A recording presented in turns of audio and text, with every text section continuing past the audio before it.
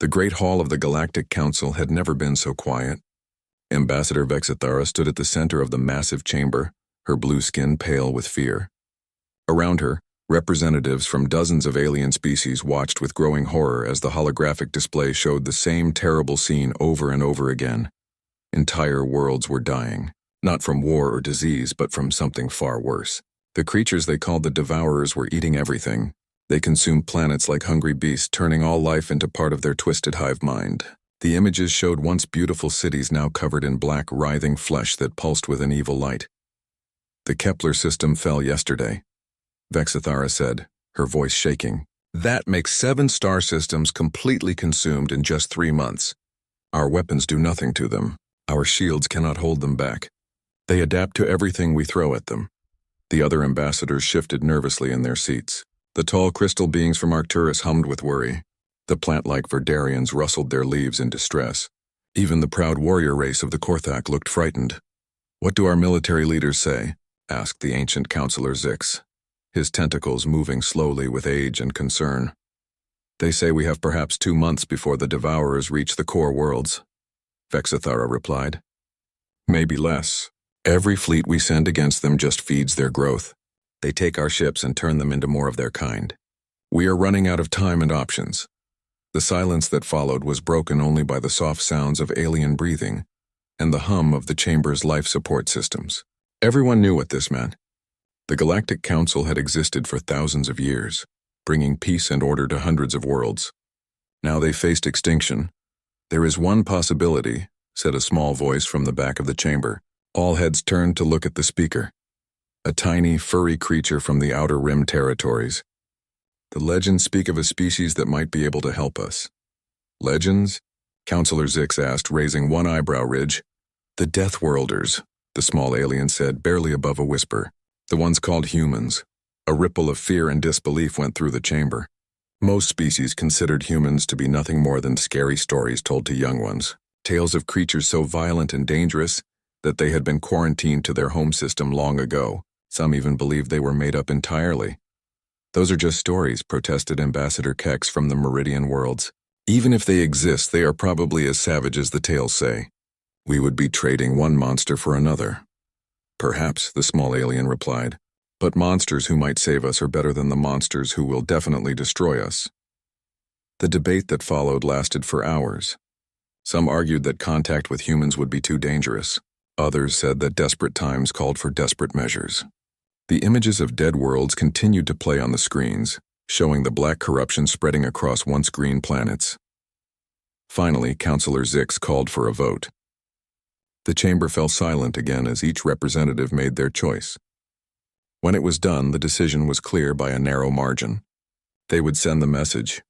Very well, Zix said, his voice heavy with the weight of history. Prepare a transmission to the Terra system. Tell them what we face and ask for their help. The message was simple and direct. It contained images of the Devourer attacks, star charts showing their advance, and a plea that cut through all diplomatic language. Help us. We are dying. As the transmission sped toward the distant Sol system at faster than light speeds, the council members could only wait and wonder. Would the humans even receive their message? Would they care about the fate of aliens they had never met? And if they did come, would they be saviors or just another threat? On a small blue world at the edge of the galaxy, Admiral Sarah Chen stood in the command center of Terra Defense Headquarters. She was a tall woman with graying hair and eyes that had seen too many battles. Around her, technicians worked at their stations, monitoring space traffic and maintaining Earth's defenses. Admiral, called Lieutenant Torres from the communication station, we're receiving a transmission from deep space. It's not from any of our colonies. Chen walked over to look at the display. The signal was definitely alien in origin, using mathematical principles that were universal, but formatted in a way that was completely foreign. The computer systems worked for several minutes to decode the message. When the translation finally appeared on screen, Chen's expression grew grim. She watched the terrible images of worlds being consumed, of fleets being destroyed and turned into enemy assets. She read the desperate plea for help from beings she had never heard of. How long would it take to reach these coordinates? She asked. About 3 weeks at maximum jump speed, Torres replied. But Admiral, we don't know anything about these aliens. This could be a trap. Chen looked at the images again. She saw cities full of civilians being overrun by the dark creatures. She saw children of various alien species running in terror as their homes were destroyed. She thought about Earth's history, about all the times when good people had needed help against impossible odds. "Lieutenant," she said finally, "send a message to all fleet commanders. Tell them to prepare for full military deployment. We're going to war." "Yes, ma'am," Torres replied, then hesitated. "Admiral, what should I tell them we're fighting for?" Chen looked out the window at Earth's blue sky and white clouds. Somewhere out there, beings she had never met were facing extinction. They had called for help from the one species in the galaxy that most considered too dangerous to contact. Maybe they were right to be afraid. Maybe humans were monsters. But sometimes, Chen thought, the galaxy needed monsters on the side of the innocent. "Tell them we're fighting for people who can't fight for themselves," she said. "Tell them that's what makes us human." The order went out across Earth and all its colonies. In orbital shipyards, massive warships began powering up their engines. On military bases, soldiers prepared their equipment and said goodbye to their families. In research facilities, scientists began working on weapons that had never been tested in real combat. The aliens had asked for help. They were about to learn what happened when humans went to war. The message from the Galactic Council reached Earth on a Tuesday morning. By Thursday evening, the largest military mobilization in human history was already underway. What the aliens did not understand was that humans had been preparing for this moment for over 300 years. Ever since they had first looked up at the stars and wondered what else might be out there, they had been getting ready for the day they might need to defend not just their own world, but others as well. Admiral Sarah Chen stood in the war room deep beneath Terra Defense headquarters, watching as reports came in from across human space. The main display showed a three-dimensional map of all human colonies and military installations, each one glowing with activity as the mobilization order spread outward at light speed. "Mars shipyards report all construction crews are working around the clock," Lieutenant Torres announced.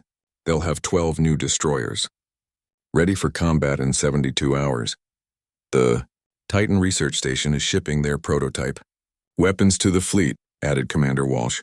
"Some of them have never been tested in real combat." Chen nodded, her eyes never leaving the display. Red dots appeared across the map as ships began moving toward their rally points. Each dot represented hundreds or thousands of human lives, people who were willing to risk everything for beings they had never met. "What's our total force projection?" she asked. "As of this moment, we have 237 capital ships, 412 destroyers, and over 800 fighter craft," Walsh replied, "plus all the support vessels. It's the largest fleet ever assembled by any human authority." The Admiral felt a mix of pride and worry as she looked at the numbers. Humanity had come a long way from the small blue world where they had first learned to make fire. Now they commanded technology that could crack planets and weapons that bent the laws of physics, but they were heading into the unknown to face an enemy that had defeated an entire galactic civilization. On the Mars orbital shipyards, Chief Engineer Rodriguez watched as the last armor plating was welded onto the new destroyer Relentless. Around him, workers moved with the precise urgency that came from knowing lives depended on their speed and skill. The ship was one of the new Fury-class destroyers, designed specifically for the kind of warfare humans excelled at. "How long until she's ready for combat?" asked Captain Morrison, the ship's new commander. 6 hours for the final systems check," Rodriguez replied. "She's armed with the new quantum torpedo launchers and the experimental plasma cannons, plus the standard kinetic artillery, of course." Morrison nodded. The kinetic weapons were a human specialty, simple masses of dense metal accelerated to incredible speeds. Other species considered them primitive, but humans had learned that sometimes the simplest solutions were the most effective. A chunk of tungsten moving at a significant fraction of light speed could destroy almost anything. "What about the special packages?" Morrison asked quietly. Rodriguez glanced around to make sure no one else was listening. "Already loaded and secured. Let's hope we don't need to use them." The special packages were weapons that pushed the boundaries of what civilized species considered acceptable in warfare. Antimatter charges that could create temporary black holes. Viral programs designed to turn enemy technology against itself. Biological weapons that could adapt and evolve in real time.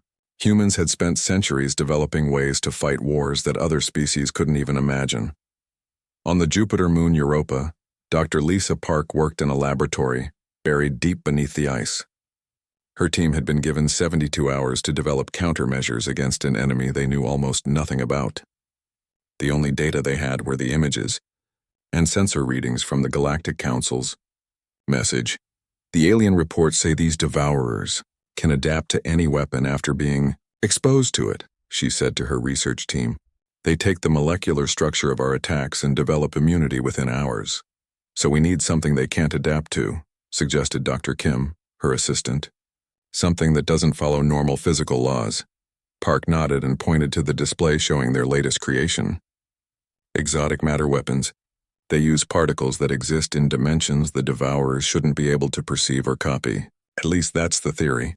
And if the theory is wrong, Kim asked. Then we'll try something else, Park replied. That's what humans do. We adapt faster than anything else in the universe. While the scientists worked on new weapons, the military prepared for a different kind of war than anything they had fought before. General Hassan stood in the strategy room, looking at tactical displays that showed what they knew about the enemy. Traditional fleet engagement won't work, he told his staff. These creatures don't fight like organized military forces. They swarm like insects, overwhelming through numbers rather than tactics. What do you recommend, sir? Asked Colonel Barnes. We don't fight their war, Hassan replied. We fight our war. Hit them hard. Hit them fast and never let them group up enough to use their numbers against us. The human way of war was different from what the galaxy was used to. Other species fought with honor and followed rules that had been established over thousands of years of civilized conflict. Humans had learned their warfare in the mud and blood of their own planet, where survival mattered more than honor and victory was the only rule that counted. As the days passed, the human fleet took shape. Massive carriers that could launch swarms of fighters. Heavy cruisers armed with weapons that could level mountains, stealth ships that could slip past enemy defenses and strike without warning. But what would surprise the aliens most were the support vessels. Hospital ships equipped with the most advanced medical technology in human space. Engineering platforms that could repair battle damage in the middle of a fight. Supply ships carrying enough food, fuel, and ammunition to sustain warfare for years if necessary. Humans didn't just prepare to fight battles. They prepared to win wars. Admiral Chen stood on the bridge of her flagship, the massive dreadnought Fury of Earth. Around her, the crew worked with quiet efficiency, their faces showing the calm determination that came from knowing they were ready for whatever lay ahead. All ships report ready for jump, Lieutenant Torres announced. Chen looked out at the gathered fleet through the main view screen. Hundreds of ships hung in space around Earth, their hulls gleaming in the light of Sol. Each one carried part of humanity's strength, and together they represented the most powerful military force the species had ever created. Signal all vessels, she ordered. We jump in 10 minutes. As the countdown began, Chen activated the fleet-wide communication system. Her voice would be heard on every ship, in every compartment by every person who was about to risk their life for strangers. People of the fleet, she began, her voice calm and steady. We are about to leave our home system for the first time with the full might of humanity behind us. We go to fight for people we have never met, to save worlds we have never seen. Some of you may be wondering why we should risk our lives for aliens who might not even be grateful for our help. She paused, looking out at the stars that held so much mystery and danger. We do this because it's right, because when someone calls for help against impossible odds, humans answer that call. Because somewhere out there, children are afraid and parents are dying, and entire civilizations are falling to creatures that know only hunger and destruction. The fleet hung silent in space, waiting for her final words. We are humanity's answer to the darkness. We are the fury of Earth itself, and we will not let evil triumph on our watch. All ships prepare to jump. Time to show the galaxy what humans can do. The human fleet dropped out of hyperspace at the edge of the Kepler 442 system and found themselves looking at hell itself. Admiral Chen stood on the bridge of the Fury of Earth, watching the tactical display with growing anger. What had once been a thriving star system with 3 inhabited worlds was now a nightmare of black corruption. The Devourer bioships moved through space like massive tumors, their dark hulls pulsing with veins of sickly light. Dear God, whispered Lieutenant Torres, staring at the main screen. What are those things?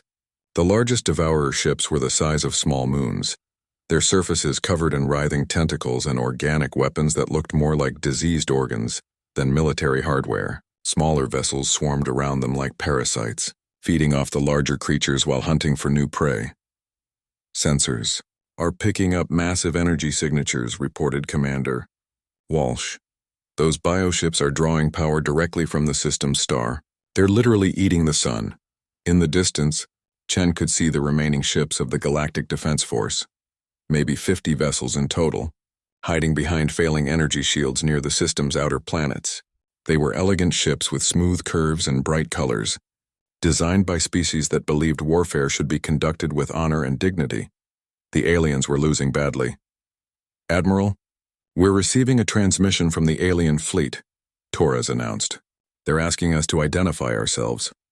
Chen activated the communication system. Her image would now appear on every surviving alien ship in the system, giving them their first look at the legendary Deathworlders they had called for help.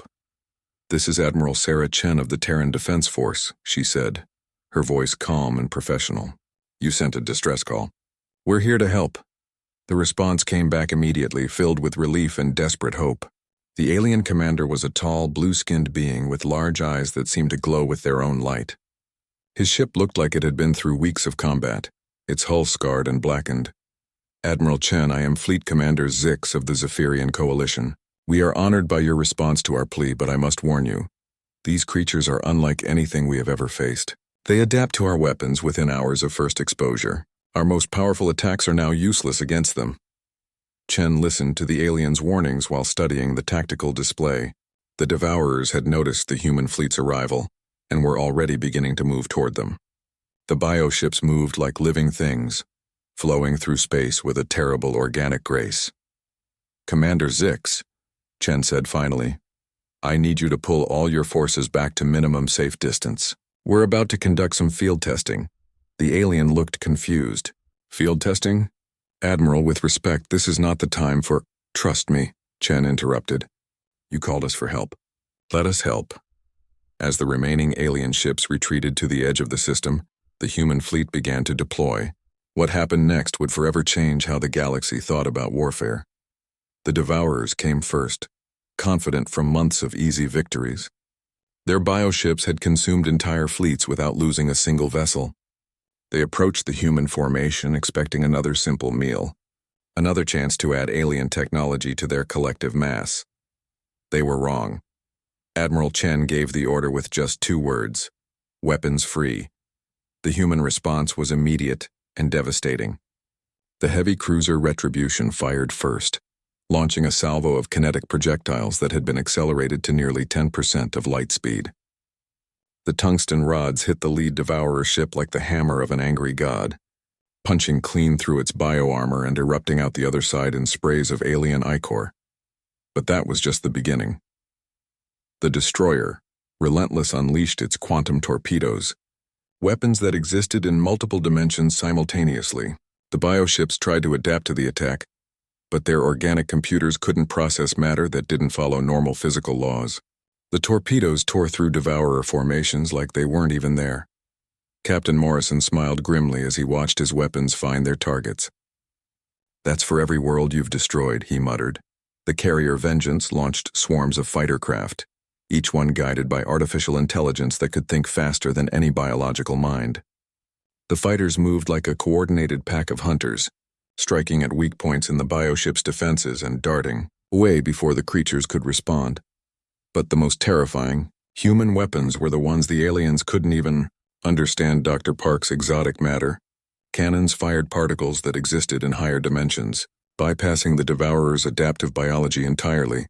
The bioships writhed in agony as their own organic structure was turned inside out on a molecular level. The antimatter mines created temporary black holes that consumed everything within their event horizons, including several Devourer ships that simply vanished from existence without even debris left behind. Most shocking of all were the viral programs that somehow infected the bioships' organic computers, turning their own weapons against each other and causing massive creatures to tear themselves apart in mechanical frenzy. Commander Zix watched from his command ship in absolute amazement. The humans were doing things that violated every principle of civilized warfare he had ever learned. They didn't engage in honorable ship-to-ship duels. They didn't give their enemies a chance to surrender. They simply destroyed everything that threatened them with overwhelming, merciless efficiency. "By the ancient stars," he whispered, "they fight like the universe itself is trying to kill them." His tactical officer, a young Zephyrian named Vex, looked up from her instruments with wide eyes. "Commander, the human weapons are unlike anything in our database. That kinetic bombardment, it's using asteroids as projectiles. They're literally throwing rocks at near light speed." "And it's working," Zix observed. The Devourer swarm that had consumed 3 worlds over the past month was being systematically destroyed. Bioships that had seemed invincible were breaking apart under weapons they couldn't adapt to or understand. Admiral Chen watched the battle unfold with professional satisfaction. The Devourers were dangerous, but they fought like animals, relying on instinct and adaptation rather than tactics and strategy. Against an enemy that could think and plan, they were just very large targets. "Status report," she ordered. 80% of the Devourer fleet is destroyed, Walsh reported. "The remaining bioships are trying to retreat toward the star, but our fighters are cutting off their escape routes." "Any human casualties?" "Minor damage to 3 destroyers. "No casualties," Chen nodded. She felt no satisfaction in the slaughter, but she also felt no guilt. These creatures had destroyed entire civilizations. They had consumed worlds full of innocent beings. "They deserve no mercy. Signal the alien fleet," she ordered. "Tell them the immediate threat is neutralized." Commander Zix received the human transmission with a mixture of gratitude and terror. In less than 4 hours, these Deathworlders had accomplished what the entire Galactic Defense Force couldn't do in months of fighting. They had made it look easy. "Admiral Chen," he replied, "on behalf of all the free worlds of the galaxy, I thank you. But I must ask, how did you develop such powerful weapons?" Chen's response was simple and chilling. "We've been preparing for war since before we learned to make fire. These creatures made one mistake." "What mistake was that?" "They threatened people we decided to protect." As the last of the Devourer bioships was destroyed, the human fleet began moving toward the inner system. They had won the battle, but Admiral Chen knew this was just the beginning. Somewhere out there, more Devourers were consuming more worlds, and the galaxy was counting on humanity to stop them. The aliens had asked for help from the Deathworlders. Now they understood why those stories had been told in whispers, and why humans had been quarantined to their home system. They weren't just warriors. They were the universe's answer to anything that threatened the innocent. The galaxy would never be the same. The victory at Kepler 442 was just the beginning. Within hours of destroying the first Devourer swarm, human science teams were swarming over the wreckage, collecting samples and analyzing the enemy's biology with the cold efficiency of predators studying their prey. Dr. Lisa Park stood in the laboratory ship Curiosity, examining a piece of Devourer biomatter under her most powerful microscopes. The tissue was still alive, still trying to adapt to the weapons that had killed its parent organism, but it was far too late for that. "Fascinating," she muttered, adjusting the scanner settings. "Their cellular structure is completely modular. Each bioship is essentially millions of smaller organisms working together as a collective." Her assistant, Dr. Kim, looked up from his own workstation. "That explains how they can adapt so quickly to new threats. The individual cells learn and share information with the whole collective."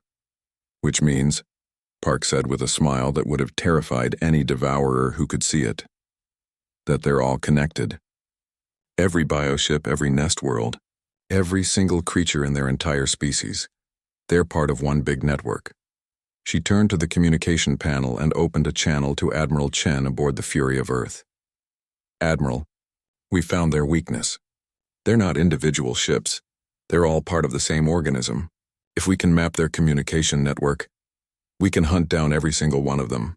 Chen finished, her voice carrying the satisfaction of a plan coming together. "How long do you need?" "Give me 12 hours and access to their biomatter, and I'll have you a complete map of every Devourer in the galaxy." While the scientists worked, the human fleet spread out through the Kepler system, securing the surviving worlds and setting up defensive positions. But unlike other military forces, they weren't content to simply hold their ground and wait for the enemy to come to them. Admiral Chen stood in her war room, studying star charts that showed the locations of all known Devourer attacks. Her staff had been working around the clock to analyze the patterns. looking for any clue about where the creatures might strike next. They're not random, observed Commander Walsh, pointing to the display. Look at the progression. They always attack systems with high concentrations of organic matter first. Agricultural worlds, heavily populated planets, systems with lots of biological diversity. They're farming, Chen realized. They hit the richest targets first to build up their strength, then use that power to take more difficult objectives. Lieutenant Torres looked up from her communication station. Admiral, Dr. Park is ready with her report. The main display shifted to show a three-dimensional map of the galaxy, with thousands of red dots scattered across various star systems. Each dot represented a devourer presence, from individual scouts to massive nest worlds where the creatures bred and multiplied. My God, whispered Colonel Barnes. There are so many of them. Chen studied the display with the eye of a strategist who had spent her entire career preparing for impossible battles. Most military commanders would look at those numbers and see certain defeat. She saw something else entirely. They made a mistake, she said quietly. What mistake? Walsh asked. They're all connected. Every single bioship shares information with the collective. That means when we hurt one, they all know about it. But it also means they can't hide from us anymore. Chen turned to her communications officer. Send a message to Terra Command. I need every hunter-killer group we can spare. And tell them to bring the special weapons. Over the next week, the human fleet divided into dozens of smaller task forces, each one designed for a specific type of mission. Some groups specialized in destroying devourer nest worlds. Others hunted the massive bioships that served as mobile hives. A few elite teams were given the most dangerous mission of all, tracking down the creatures' command nodes, the ancient bioships that controlled entire sectors of the collective. Captain Morrison commanded one of the hunter-killer groups, leading a squadron of destroyers and fighters on a mission to clean out the Vega system. His ships moved through space like a pack of wolves, using stealth technology and hit-and-run tactics to pick off isolated devourer vessels. Target acquired, reported his weapons officer. Single bioship, medium size, looks like it's feeding off the debris from the inner planets. Morrison studied the tactical display. The creature was alone, separated from the main swarm by several million kilometers. Perfect for testing their new weapons. Fire the neural disruptors, he ordered. The neural disruptors were one of humanity's more disturbing weapons, devices that could actually attack the consciousness of living beings. Against the devourer's collective mind, they were devastatingly effective. The bioship writhed in space as its own thoughts were turned against it, its organic computers overloading and shutting down one by one. Direct hit, the weapons officer reported. The creature is trying to adapt, but the disruptors are preventing it from forming coherent thoughts. Within minutes, the bioship was dead, its massive hull drifting lifeless through space. Morrison felt no satisfaction in the kill, but he also felt no guilt. These creatures had consumed entire civilizations. They deserved everything humanity could throw at them. Meanwhile, in the Centauri system, Commander Sarah Hayes led a different kind of mission. Her ships were equipped with the experimental quantum mines, weapons that existed in multiple dimensions simultaneously. When the devourers tried to adapt to them, their biology simply couldn't process matter that didn't follow normal physical laws. Approaching the nest world, reported her navigator. Long-range sensors show massive bioship construction in orbit. Hayes studied the planet below. What had once been a beautiful world full of forests and oceans was now a writhing mass of black corruption. The devourers had consumed every living thing on the surface and were using the planet's resources to build new bioships. Deploy the quantum mines in a standard grid pattern, she ordered. Let's see how well they adapt to weapons that exist in 11 dimensions. The mines phased into reality around the planet, their exotic matter warheads primed to detonate on contact with devourer biomatter. When they exploded, they didn't just destroy the bioships, they erased them from existence entirely, removing them from reality on a quantum level. The nest world itself began to collapse as the quantum explosions tore holes in space-time around it. Within hours, an entire devourer breeding ground had been wiped from existence, along with thousands of bioships that would never be built. But the most important mission was happening in the Orion sector, where Admiral Chen herself led a task force against one of the devourer's command nodes. These ancient bioships were the size of small planets, creatures so old and powerful that they could control the actions of millions of smaller devourers across vast distances. Target confirmed, reported Commander Walsh. Mass approximately twice that of Luna. Organic composition throughout. It's definitely one of the primary nodes. Chen looked at the massive creature through the main view screen. It was beautiful in its own terrible way. A living planet covered in constantly shifting patterns of bioluminescent light. She almost felt sorry for what she was about to do to it. Deploy the antimatter torpedoes, she ordered. Full spread, maximum yield. The torpedoes were humanity's answer to targets too large for conventional weapons. Each one carried enough antimatter to level a continent, and Chen's ships carried dozens of them. When they struck the command node, the explosions were visible from neighboring star systems. But the creature didn't die easily. Even as antimatter blasts tore chunks out of its surface, it fought back with weapons that bent space and time. Biocannons fired streams of corrupted matter that could turn anything they touched into more devourer tissue. Tentacles the size of battleships lashed out at the human fleet with devastating force. The battle lasted for 6 hours. When it was over, the command node was nothing but drifting debris, and an entire sector of the Devourer Collective had gone silent, as millions of bioships lost their connection to the hive mind. Status report. Chen ordered as damage control teams worked to repair her flagship. 12 ships damaged, 3 destroyed, Walsh reported. But we killed it, Admiral. The entire Orion sector is going dark on the bio-network.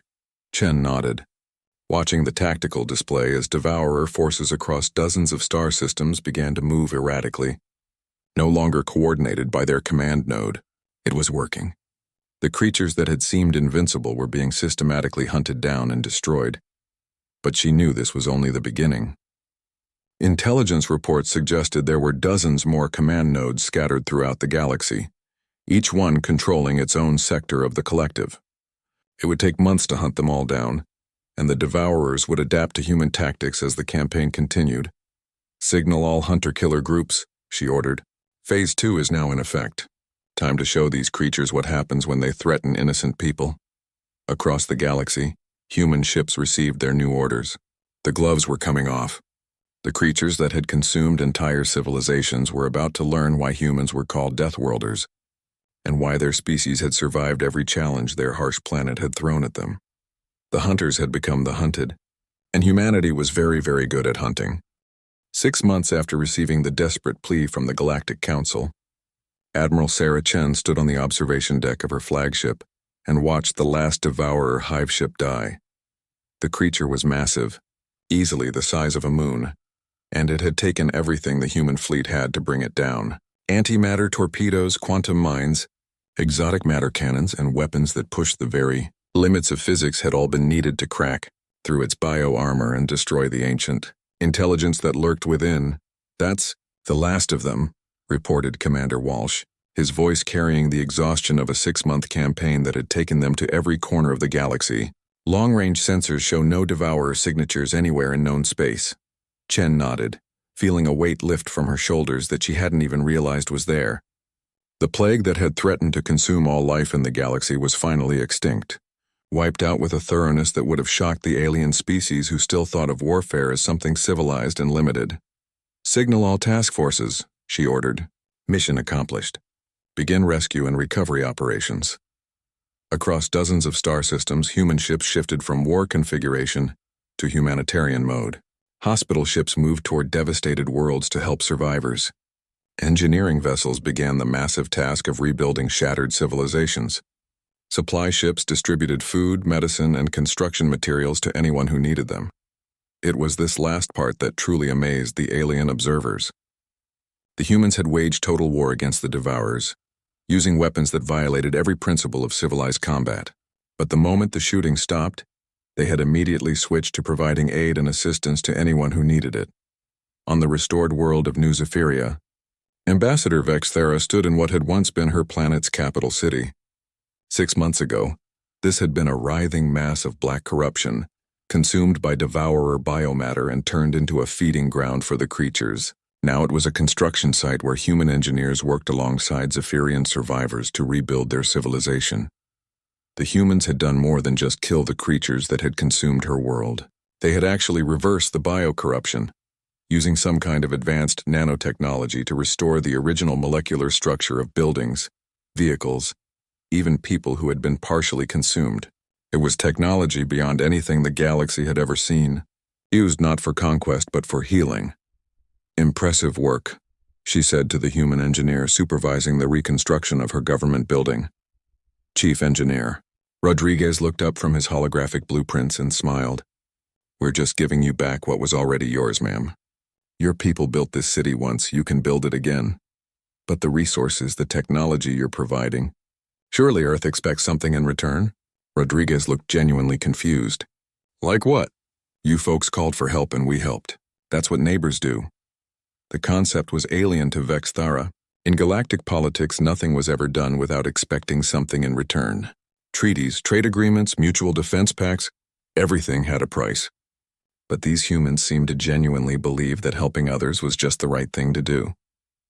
Later that evening, she attended the victory celebration that Admiral Chen had organized for the mixed human and alien crews who had participated in the final battle.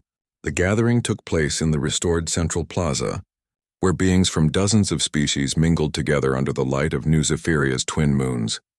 Vexithera found Admiral Chen standing near the memorial wall, a new structure that listed the names of everyone who had died in the Devourer attacks.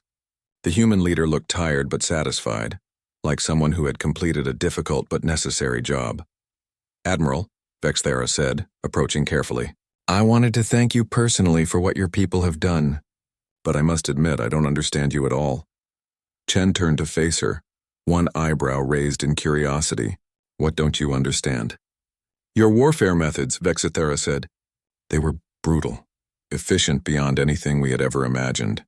You fought with no honor, no rules, no mercy for your enemies, and yet the moment the fighting ended, you immediately began helping everyone who needed it, even species you had never met before."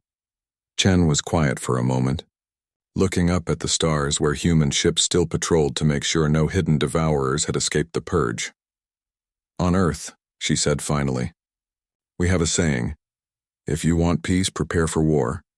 We've spent our entire history fighting, against nature, against each other, against anything that threatened the people we cared about. We got very, very good at it." She gestured toward the human medical team that was treating injured aliens nearby, working with the same efficiency and dedication they had shown in combat. "But we also learned something else. The point of war isn't to fight, it's to win. And the point of winning is to make sure the fighting stops and people can live in peace. Everything else is just details." Vexithera thought about this for a moment. "So you fight without honor because honor is less important than victory?" "We fight without honor because our enemies don't deserve it," Chen replied. "The Devourers weren't soldiers following orders or defending their homes. They were a plague that consumed everything in their path. You don't negotiate with cancer. You don't show mercy to a flood. You eliminate the threat completely, so it can never hurt anyone again." The alien ambassador felt a chill run down her spine. She was beginning to understand why the stories of Deathworlders had been told in whispers throughout the galaxy. These humans weren't just warriors. They were apex predators who had turned the art of killing into a science. "And yet," she observed, "you're also capable of great kindness." Chen smiled, and for the first time, Vexthera saw the human as something other than a terrifying war leader. "We don't fight because we love violence. We fight because we love peace, and we're very, very good at both." The conversation was interrupted by the arrival of Counselor Zix, the ancient leader of the Galactic Council. The elderly alien moved slowly with the help of a walking device, but his eyes were bright with gratitude and something that might have been relief. "Admiral Chen," he said, extending one tentacle in the human gesture of greeting he had recently learned. "On behalf of the entire Galactic Council, I want to formally thank you for what humanity has done. You have saved not just our member worlds, but countless species that had not yet been contacted by the Devourers." "We were happy to help," Chen replied simply. "The Council has been discussing your people's unique approach to warfare," Zix continued carefully. "We realize now that our traditional methods were inadequate against such a threat. We would like to formally invite humanity to join our alliance, not just as members but as our primary defense force." Chen considered this for a moment. The offer was generous. full membership in the galactic community with all the trade opportunities and cultural exchange that implied. But she also understood what they were really asking for. "You want us to be your attack dogs," she said bluntly. Zix looked uncomfortable. "That is a crude way to put it, but yes, essentially. Your methods of warfare are beyond anything we can imagine. If other threats like the Devourers emerge, we need that kind of protection." "And what do we get in return?" Chen asked. "Full access to galactic technology, trade networks, cultural exchange programs, membership in the most advanced civilization in the known universe." Chen looked around at the mixed crowd of humans and aliens, seeing species she had never imagined working side by side to rebuild what the Devourers had destroyed. It was a vision of the future that her species had dreamed of since they first looked up at the stars. "We accept," she said, "but with conditions." "Name them," Zix said immediately. "First, we don't fight for conquest or profit. If humanity goes to war, it will be to protect innocent people from genuine threats. Second, our methods stay our methods. We don't fight by galactic rules of warfare, we fight to win. And third, when the shooting stops, we help everyone who needs it, regardless of politics or species." "Agreed," Zix said without hesitation. "Though I must ask, how do we know that humanity won't eventually turn those weapons against us?" Chen looked at him seriously. "Because we gave you our word that we wouldn't, and humans keep their promises." As the celebration continued around them, Vexithara watched the human admiral with new understanding. These Deathworlders weren't monsters, as the stories had suggested. They were guardians, terrifying to their enemies but absolutely loyal to those they chose to protect. For the first time since the Devourer attacks began, she felt truly safe. Somewhere among the stars, humanity stood ready to answer the call when darkness threatened the light. They had proven they could wage war with unprecedented efficiency and brutality. Now they were proving they could build peace with the same dedication. The galaxy had found its guardians, and they were very, very good at their job. Years later, when new threats emerged from the dark spaces between stars, the response would be swift and final. A simple message would go out across all human space: threat identified, deploying countermeasures. And whatever dared to threaten the innocent worlds of the galaxy would learn the same lesson the Devourers had learned. Humanity had many virtues, but mercy toward those who hurt the defenseless was not one of them.